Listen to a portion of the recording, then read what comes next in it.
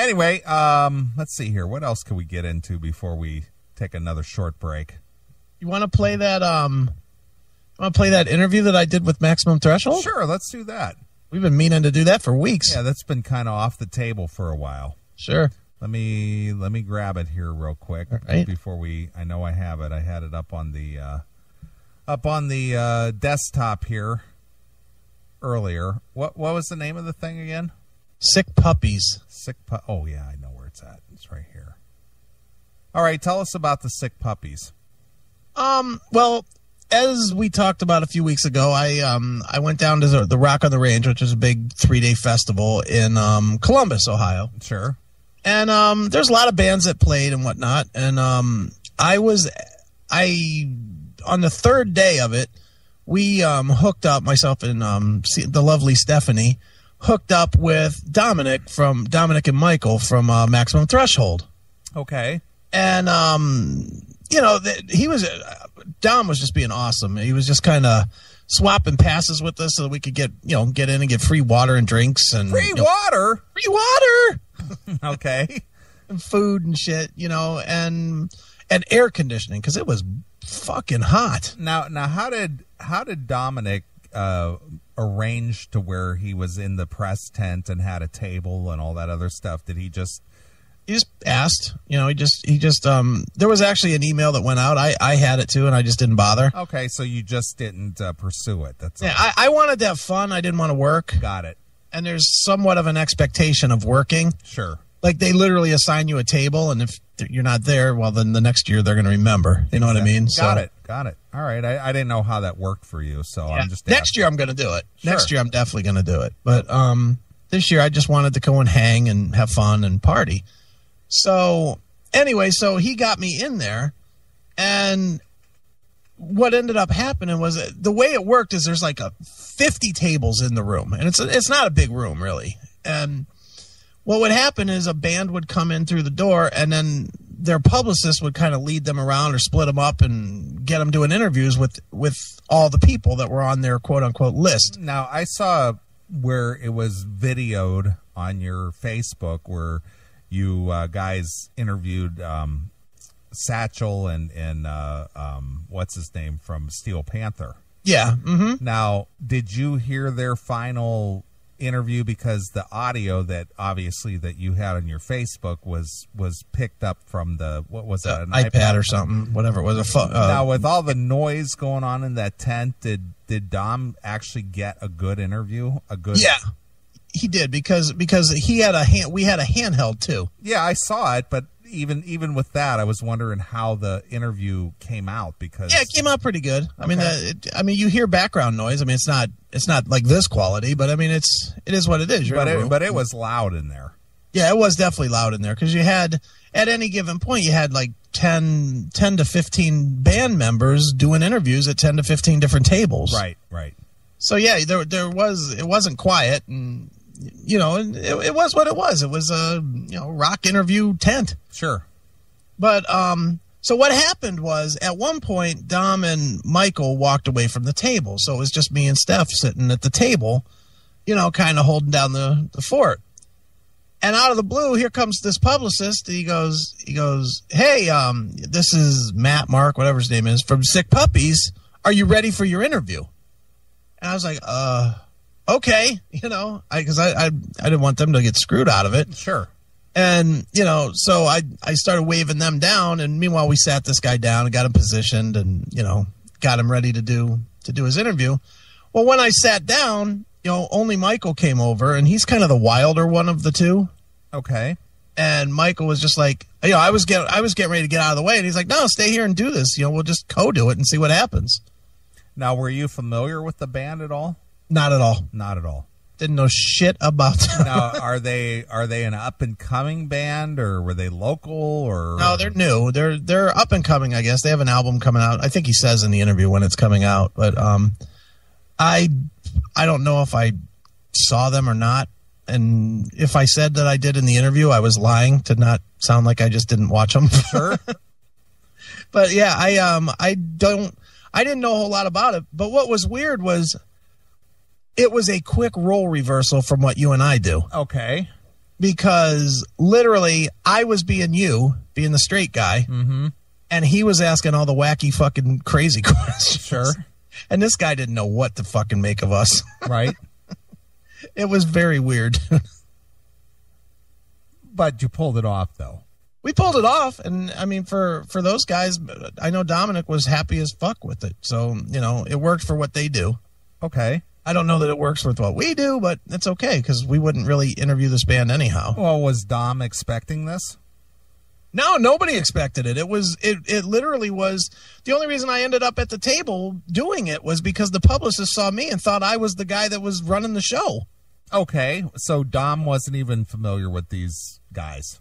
He knew of them, I guess. You know what? Those guys, you know how I am. I would just pass on a band like this. Sure. Or if I saw them play and I liked them, I would do it. But I would not just randomly take anybody that walks through the gate. Right, okay. And those guys are, you know what? That's their deal, is they're okay if they don't know who they are. They like doing more, exposing brand new bands and, you know, of all different genres and whatnot. So they don't care if they've seen them play or not. They're excited to do these interviews. Sure. So I don't know if Dominic had seen him or not. He's not even in this interview. It's just me and Michael. And I think Michael might have seen him play. Okay. I don't know. All right. Well, let's check it. This isn't very long. This is under like 9 minutes. So yeah, it's not long. It's pretty quick. Yeah. All right. Well, here's Chris and Michael from Maximum Threshold interviewing a band called Sick Puppies. Right. Could you press to record? Hey, this is Michael from Maximum Threshold, and it's Chris from Maximum Threshold, and we are here with... Now, I like how you identify yourself as being from Maximum Threshold. Well, I thought it was their interview. Yeah, just to fit in. Yeah, I was just trying to play along. Sure. All right. Wait, no, Chris, start over. This is Michael from Maximum Threshold and Chris from Classic Metal Show. Doing a dual interview with Mark from Sick Puppies. That's right. That's right. Well, Mark, you played out there on the... And he just went, Chris from the Classic Metal Show. I'm such a big fan. I'm a big fan. Yeah. I listen to you all the time. Yeah. No, he didn't do that. Okay. And he just kind of like, okay, who are you guys? Yeah. Now listen to this first question, Mr. Serious that I am. All right. Stage, right? Yes, we did, man. It was a big stage. We were first up, which is kind of scary sometimes, but we got through it, man. Towards the end, everyone showed up. There was like a lot of people, good energy, and we kicked it off. Hopefully we set the tone for the rest of the day. We'll see. Scary, like what? You're afraid you were gonna shit your pants, or? No, I mean we played a bunch of shows. We don't shit our pants anymore. Never? You never drink too much and have an oopsie poopsie? No, man. We're pretty. Never drink too much and have an oopsie poopsie. Fucking Michael's hysterical, man. All right. Not anymore. Not anymore. Good. We don't drink, before shows or anything. So it was an early show. So you never overtrust a fart. Come on, guy to guy. Did he say overtrust a fart? Yes. Instead of sharding. Yeah. Okay, you never overtrust a fart. Meanwhile, I'm sitting here. I'm like, what the fuck am I into? Wow. Well, I think that's the first time I've ever heard that description. Overtrust a fart. Right. Don't overtrust a fart, dude. One might slip out on you. Nice. Not on stage, personally. Been close, right. I think. Definitely. Everyone's been close. Is there any better relief than when you think you shit yourself and you find out it was just a wet fart? That's not I don't know if you can call that a relief. No, I mean, it wasn't shit. Oh, yeah. It might as well have been, though. It's not. Now, this guy is playing at Rock on the Range. He wants to get his band exposed and noticed, and he's talking about wet farts. Shitting himself. He's like, what the hell kind of interview is this? Who are you guys? And this is right out the jump. Right. I guess. All right. So let's talk about Sick Puppies for a minute. Where can we find all your music, all your tour dates, buy some merch, anything? Like find out what your favorite. Most importantly, man, is is we got an album coming out in July, so we're stoked on it. It's called Connect. Comes out July 16th, and then we got a single coming out tomorrow. Actually, it's called "There's No Going Back" at radio. So hopefully, you guys will play it, maybe, and we're hopefully want to get it out to as many people as possible. Definitely. Now that's a question I have, especially in this day and age. Yeah. I hear these bands always talk, we have a single. Yeah. Where do you hear that single? Octane on XM, Sirius XM. Okay. I don't know. Maybe if you have an active rock station, maybe it gets added. Maybe. Yeah, but do you actually hear any new bands with a single aside from the mainstream pop stuff? Not really. I always hear, even, and I was, and this is a whole different subject, but I'll just throw this in. Yeah. I don't know if you saw it or not online, but all the transcripts that were submitted in court for Jack Russell against Great White and Great White against Jack Russell, all those documents were released online. Did you see any of that? I didn't see that. Oh, well, there's a few emails out there that Jack wrote to his quote-unquote former bandmates. Yeah. And he just slammed each and every one of them.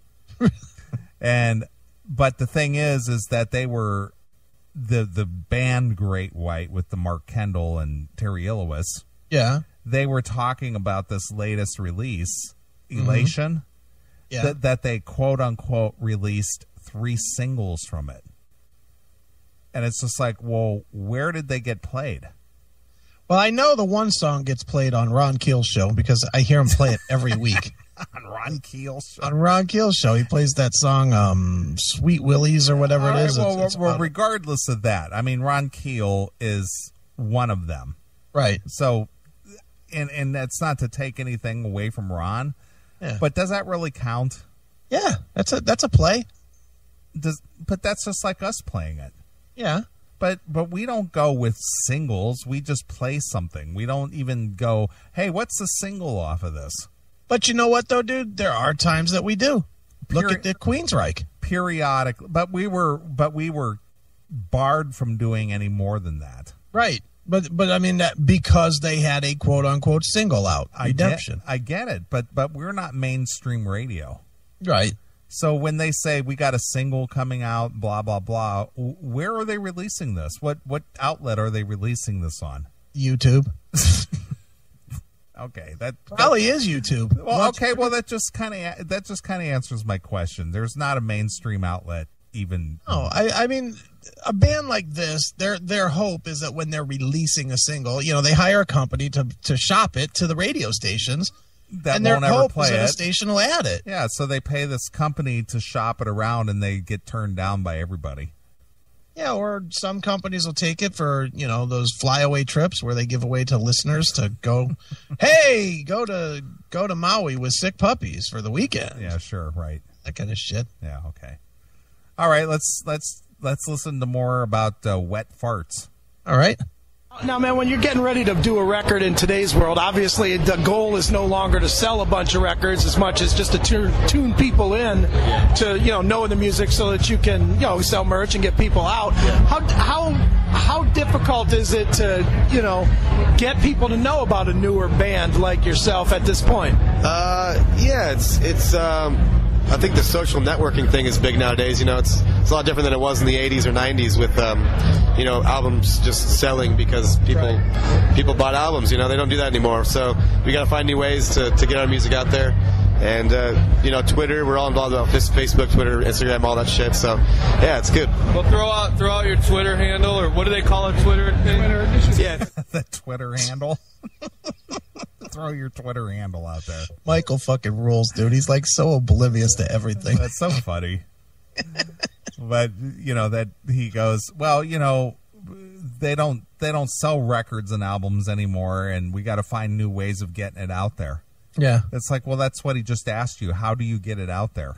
Yeah, well, he doesn't want to tell me, apparently. I guess not. He just sort of answered the question back with saying, he goes, well, how do you guys get your albums out there? How do you get to be known? Well, we got to find new ways of doing that. Yeah. Okay, and how do you do it? Like? Yeah, Twitter and Facebook. Okay. And? Yeah. That's Thanks it? Thanks for your help. All right. Well, I guess you're wasting your money with a record label then. Yeah, really. At Sick Puppies, and then... What's your official Facebook? Our Facebook is facebook.com/Sick Puppies. Yeah, so yeah, we're almost at 1 million likes. So just go on and like it, and yeah, so that's good. What? I know you guys played Roverfest in Cleveland. Was that last year? I think it was last year. That was one of the last shows we did before we started recording. Yeah. None of you guys are going to die like Coolio did shortly after he played there, are you? Coolio died? I don't know. I had no idea what he was talking about. What the hell? I don't think Coolio died. I didn't think so either, but okay. You're not going to die like Coolio. I don't know what he was talking about. All right. Did he? I know. I remember seeing him there. Did he? Yeah, Coolio died, right? I could be making shit up. I'm not sure. I think maybe he did. I don't know. Yeah, I think he did. That really kind of sucks. Okay, Gangster's Paradise. Do you know any other Coolio songs beside Gangster's Paradise? No. I didn't think so. He had that. He had one other hit, but I don't remember what it was. I'm looking up Coolio right now. Amish Paradise? No, that was Weird Al. No, he had another one. He had one other one when he broke, because he broke out first, and then Gangster's Paradise kind of was his comeback. Yeah, but that was because it was in the movie soundtrack. Yeah, A Beautiful Mind. What was his other song? Gangster's Paradise, Fantastic Voyage. Yeah, Fantastic Voyage. Yeah, that's what Demon says. Fantastic Voyage. Yeah, that was the other one. All right. Well, dude. It's not dead, so though. when the record comes out, man, what do you guys got planned after? Are you out on tour all summer, or what are you doing? Tour, man. Like we got a website, sickpuppies.com. Dates are being booked right now, so you can go on there and check them out. Yeah, we're gonna be out all summer long. Who are you looking most forward to seeing today? Probably Soundgarden, man. We've played with every band on the bill today, but Soundgarden's the one band we haven't played with, so that's gonna be fun. So, what do you do in the band, Mark? I play drums, percussion, whatever you want to call it. So there's a Natalie question. Who are you and what do you do? By the way, Coolio is not dead. I didn't think he was. What do you do in the band? I play percussion and drums and stuff. Yeah, I beat on stuff. that's right. Who are you? What do you do in the band? Who produced your record and what was it like working with him? So you've been together a year. What comes to mind? Right. I just hit shit. Would you be willing tomorrow, if you got the call, would you don the loincloth, join Man of War, and say, Sick Puppy, see you later? Man of War? Yeah, Man of War. Ooh. I mean, that's Big gig, man. That's a yes. Did you see the look in his eyes? I don't know, man. I've been with Sick Puppies for like 8 years now. I don't know if I could turn my back on them. But dude, Do you think the guy even knew who Man of War was? Didn't seem like it. Yeah, I kind of got that impression. I wasn't there, Yeah. but I got the impression he didn't even know who you were talking about. What kind of question was that, though? Would you leave Sick Puppies for Man of War? And don the loincloth. Right. they're going to be wearing a loincloth every day. It's true. Easy access for the It's broads. true. It's true. What about Devo? Who yelled that? Easy access for the broads? Me? That's what you said? Yes. Easy access for the broads. Come get some of this man meat. Meanwhile, Stephanie looked at me when I yelled that in just disgust. Why? I thought that was kind of funny, but, whatever. She was not happy with me with that one. All right. Would you quit to join Devo? If he was still touring, If he? If he was still touring, Okay. that guy Devo. Yeah, it was a band. His first name is D, his last name is Vo. Yeah, from Kent. Right, Devo. A lot of people don't realize how many bands came out of that Akron, Kent area. Yeah, there's quite a few. Devo, The Waitresses, Yeah. Tim Ripper Owens, Yeah. the guy from the Eagles, Joe Walsh, Yeah, Joe Walsh was in there. Yeah. Sure. Chrissy Hynde of the Pretenders. Yeah, she doesn't count. She sucks. Well, regardless if you like her or not, she still came from there. Yeah. She can go back. yeah. No, I wouldn't. Would you wear the red hat? Would you join Devo of War, wear the red hat and the loincloth? It's just the loincloth. I gotta admit, that's pretty funny. It's pretty good shit, You right? wear the Devo hat and a loincloth. Dude, I'm telling you, I was in that tent watching Michael do these interviews, and he's just as random as fuck with everybody. Right. Just off the cuff, crazy shit he just throws out. Sure. It's fucking fun to do. You gotta have that attitude. It's like, what can you do to me? Yeah, and he really doesn't give a shit. Yeah, why would he? Because you're right. There's no reason to. Right. I'm all about that. On your head and just be there balls out. Yeah, a sock on. Have you ever fucking whacked yourself in the yam bag with the drumstick while you're just fucking going crazy? No. Did he say he whacked himself in the ball bag with a drumstick? In the yam bag. The yam bag. Okay. Nice. The yam bag. I have to remember that one. But I've hit myself in the face.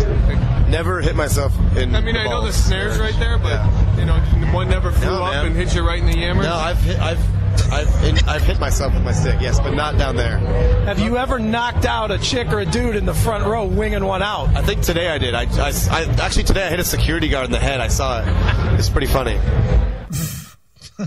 Okay. Doing damage to the crowd, pretty funny. Yeah. All right. Nice. So, where are you guys off to from here? We're actually going home for a few days, and then and then we're busy though. We're going to be touring all summer, and it's good. So, where'd you come up with the name of the song, You're Going Down, and were you worried that it wouldn't get played on the radio because of the double entendre?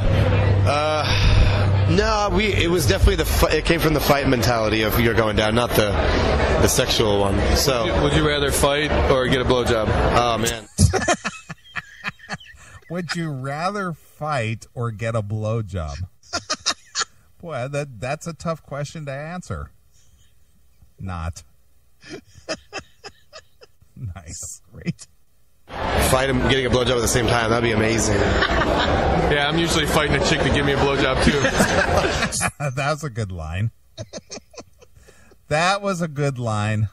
All right, is this going to make you reconsider listening to Maximum Threshold? Listen, it's not the ability to do interviews. I don't know. It's the chemistry. Well, I don't know that you've heard it since Michael's been on. Okay, well maybe I'll give it another listen. Because the other guy was very dull. Oh, there's a different guy now. Yeah, Michael came in like the last 2 years. Oh, okay, well I'm gonna reconsider. Yeah, because Michael's fucking funny. The other guy, he was like a librarian. Yeah, that's kind of what kind of killed it for me. Yeah, he was boring. All right, well I wasn't aware there was a change in co-host. Yeah. Maybe you have to give it a listen, because I'd love to have it back on the network. Oh, I would, even if it was in the same way it was before, I'd still allow it to be on the network. Well, I mean, you were the one that I didn't ask him because I didn't think you were digging it. But I wasn't aware that they had a change in co-host staff. Yeah, Michael's in there now. Okay. He's definitely a wild one. All right, I'm down for that. All right. You got a fight or two, get the blowjob. Those 12-year-old girls are going to put up a fight. Jesus Christ. I'm just kidding. That's horrible, dude. I don't like any girl over 8. I love online radio. It's great. You can just say where the fuck you want. Exactly. Who wants to go back and do that commercial, soft, censored, not say what you think, right? Yeah, we definitely like to drop the F-bomb as much as we can, so this is nice. Our new Well, hey, he's down with it then. Yeah, he was down with it. Sure. Well, that was the other thing. Explain Me guy said at work. Yeah. He told me, he said, since I've been listening to you guys on the Spreaker, right, I can't listen to commercial radio now. He goes, I can't go back. Yeah. He says, I turn on the radio and it's just like, ugh. That's good. That's what I think, too. Right. So that was his other comment this week. It actually has the F word like 10 times in it. Go ahead, say it. Don't say F word. Say it. What's the F word? Frank. Well, like our song is Franks and Beans. We have a chant in our new song. It's called "Fuck That Going Back," right. And we say that like a bunch of times in the song. So yeah, there's no going back. Fuck that going back. So what did they edit "fuck" into in the radio version? We just said no. We're just gonna keep fucking. Like if you don't play it, then no. I'm just kidding. We forget, which kind of sucks. So they edited "fuck" for "forget." Yeah, that's what he said. Yeah, He said that's what they wanted, and they said no. yeah, nice. Like an iPhone, it changes it to duck. Like if you put fucking in your iPhone, it changes to ducking. Right. I don't know, maybe. I love this ducking band. You're like, God damn it, I'm the drummer. I don't do lyrics. Yeah, exactly. I don't give a For fuck. titties. Exactly. It's a lot easier. Nice. Well, dude, tell everybody one more time where they can get your information and find out about you online. Yeah, sickpuppies.com. An album comes out July 16th. It's called Connect. Awesome. Yeah. So we're joking around about the titties and everything. I know you have a female bass player in the band, and I'm assuming this isn't the first band you've been in. Is it a different dynamic, behavior-wise, having a female in the band? Yeah. Well, that's a good question. Yeah, all of a sudden he's serious. Yeah, he's just like, you guys kind of like watch yourself now because you're around a chick. All right, having a little respect, I guess. Yeah. Yeah, there is a little bit. It's not like it's just another dude. I mean, there's a guy. It's in that aspect. Yeah, you're best friends and you're friends or whatever, but she's still a girl, and you got to respect that. So it's not like shooting the shit with your guy friends. It's got to respect that other aspect of it too. I'm assuming because I think I seen her being interviewed. I'm thinking she's a good-looking young lady. A lot of people think so. Yeah. More girls come after the guys in the band or the girls? Guys and girls actually just go for Emma. Well, Nice. Because I know a lot of bands like that have a female in them. The women just gravitate. Like there's this band called The Art from Australia, and they have a nice, attractive young female bass player. And we interviewed him. from Australia as well. So there's a lot of talent from Jeff Beck band. She's Australian. A lot of good Australian female bass players. But they were saying that they told me they say all the chicks gravitate towards KJ.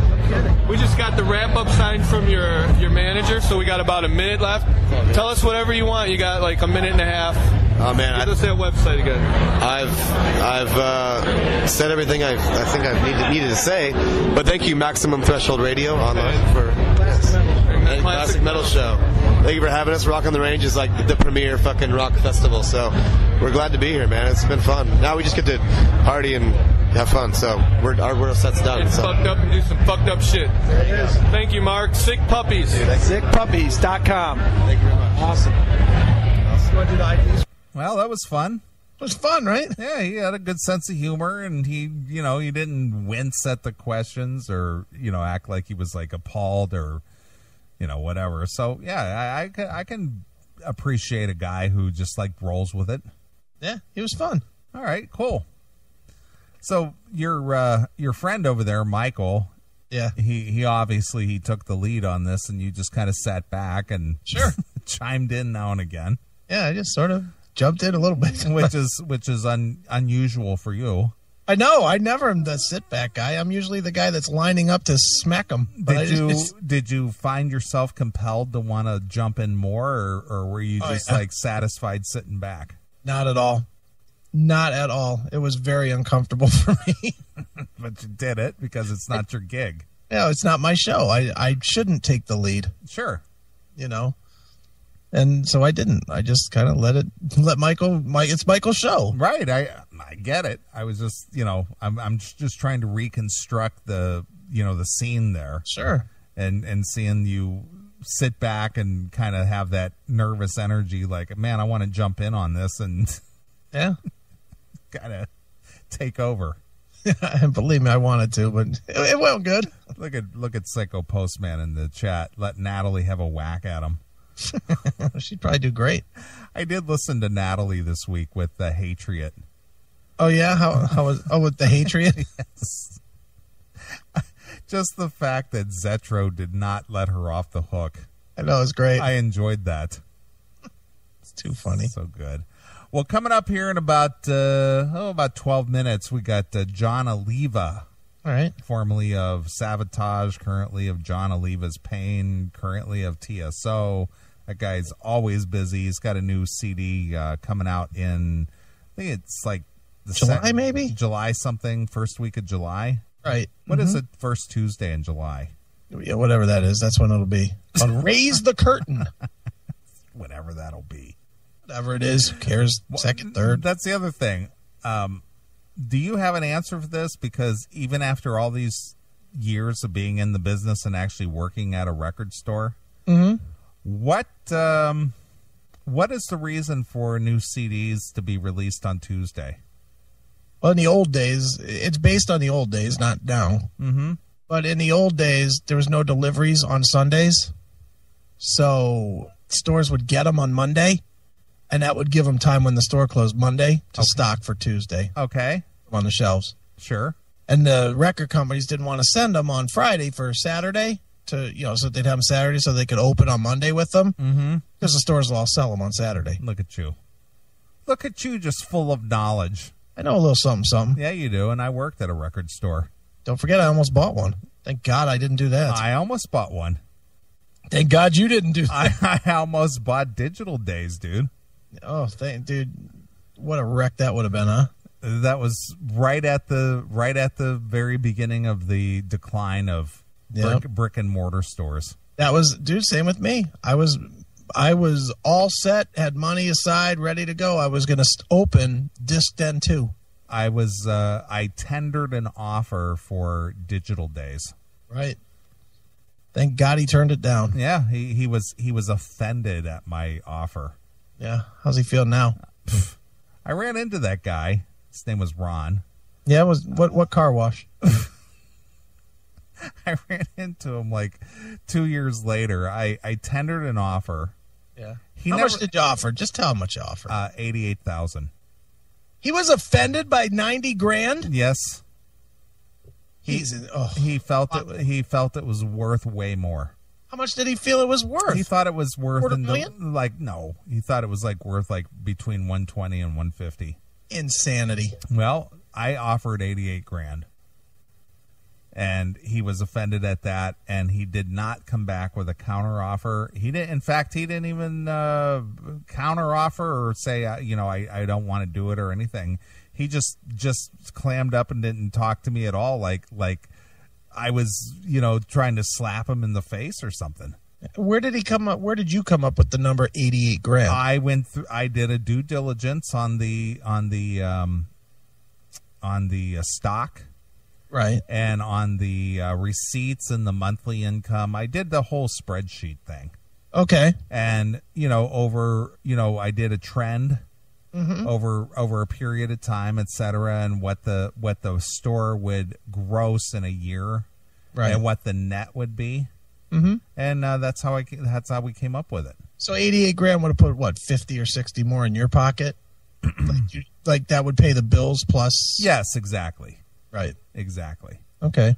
So he was offended at that offer, and he just balked at it and really didn't counter offer, didn't come back, say how about whatever. He just took my offer, and that was the end of it right there. So do you think when he bankrupted and had to close, he sat there when he was locking the door for the last time going, fuck, I should have taken that guy's offer? I don't know. He basically did a fire sale and sold off everything. Yeah. And got like $20,000 for it. I have no idea. I have an idea. He got about $20,000 for it because by the time he figured out that it was dead, the CDs were worth about $0.05 a piece. Right. And I ran into him out in public somewhere, and I talked to him. I didn't have any hard feelings, and he said, "Yeah, I just could imagine you thinking, you took advantage of that dumb store owner." Yeah, it's like, yeah, that's exactly what I was thinking. Meanwhile, you promoted that fucking place every goddamn week on the radio for at least 5 years. Exactly. What a fucking dick. Yep. I'll call him since you won't. What a fucking dick. But it wasn't meant to be. Yeah, it's not like you did meet and greets at his store either, right? No, I didn't bring LA Guns in there. Yeah, in a fucking limo that you paid for. Didn't take anything from that fucking guy. Nope. And promoted it, got Scene to cover it, got Plain Dealer to cover it. And then let WO&E come in there and take credit for it. Right. So, anyway, just another story to add to the book. Hell yeah. That book, you got to get ready. You got to get going on that book. I know. I would like to have it out by the 20th anniversary of the show. Well, get started, man. Okay. You need to start, at least record some of the stories and then send them to me, and then I can tear them up, tear them down and write them. And sure. Well, we'll definitely. I'm really thinking about it very seriously. Well, speaking of books, next week is the last week that I'm writing on the new book. I saw that you mentioned that you burned through like 7 chapters or something. Yeah, I either started, finished, or got to some form of adding 7 chapters this week. I did a lot of writing this week. Apparently. Because I'm trying to get it, I kind of have it in my head. And you want to hear crazy? This will sound crazy to everybody. On Saturday is the 1-year anniversary of me and my ex breaking up. Now, is that going to be a problem for you on an emotional level, or are you just not even a little? Or are you just going to just go be done with it? Dude, you know as well as anybody that I had a lot of problems with it when it started. Sure, everybody I was does. Just a fucking mess. Now, not so much. Right. Now I'm happy. I'm having fun. I'm seeing a chick. Like everything changed. Sure. Everything is better. Right. So that's because you're 100% in control. Yeah. And I mean, yeah, am I going to think about it next Saturday? Of course. Right. But I've got too many good things going on in my world these days to fucking be bogged down by, she left me. Chris will be paddling ham. That's very unlikely these days. Right. That is very unlikely these days. Paddling ham. You saw the picture on Facebook. Yes, I did. Mm-hmm. There's definitely no paddling ham. There's definitely no self-paddling going on these days. Right. Good Lord.